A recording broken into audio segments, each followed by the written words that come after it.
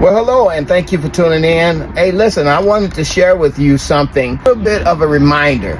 If the devil tells you to do something, you must resist, because the Bible tells us to resist the devil and he will flee from you. That is what we need to do as children of God. We are waiting on the Lord and we're resisting the devil, and we're standing up for righteousness. Don't let the devil silence you neither, because the Bible lets us know that we need to be salt and light.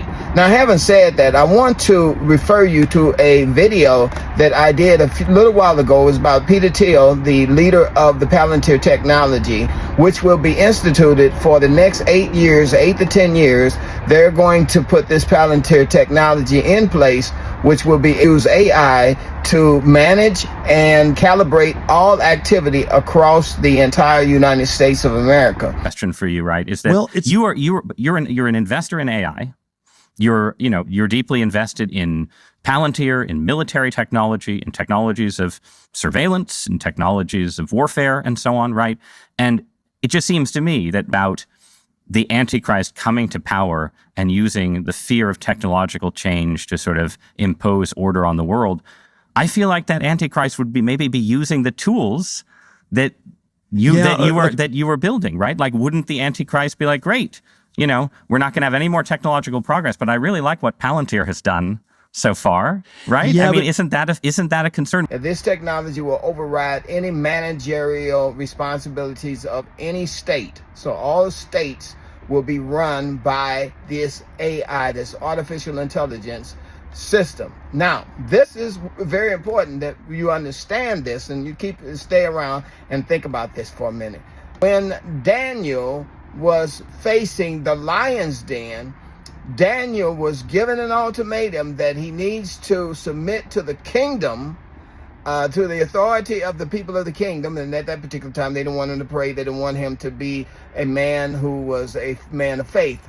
And so they gave him an ultimatum: either you stop praying and being a man of faith, or you're going to go to the lion's den. Well, Daniel chose the lion's den because he did not give up on his faith. And this is important for us. We cannot give up on our faith, even though we are getting ready to go into one of the most oppressive societies that has ever been formed. And remember, Bill Gates said that this was only a dry run. He talked about the COVID the first time. He said, well, this is really only the first time. There's coming another time when there will be a lockdown. There will be the same pandemic force globalist movement that they had before. Now, I'm going to tell you this. You're going to have to learn to resist evil on your own this time, because the last time they got you by trickery. This time they're going to get you by force. They're going to try to force you into their digital world, and you have to resist it because you know better. God has showed us already, and this is what the Bible lets us know, that the Lord doesn't allow something to happen without us knowing better. He provides a way of escape. And this time, we know what the way of escape is. Don't submit and don't be pressured by the devil this time, right? Don't be afraid. That's another thing that we learned from last time, that we shouldn't be foolish enough to do it this time. Don't be coerced. That's another thing that you need to understand. So all of these things we need to put together in your mind, because if you don't learn the lessons of the past, you're doomed to repeat it.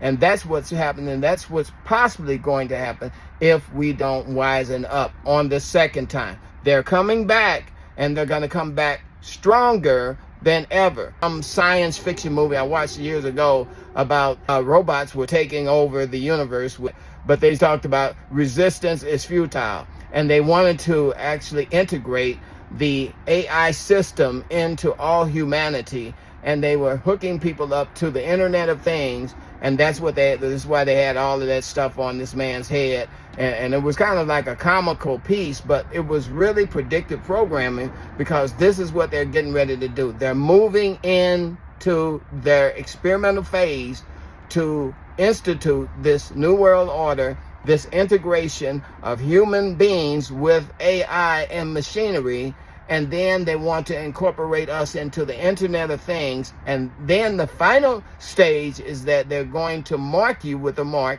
if you allow them, and that mark of the beast will be on you, either in your hand or your forehead.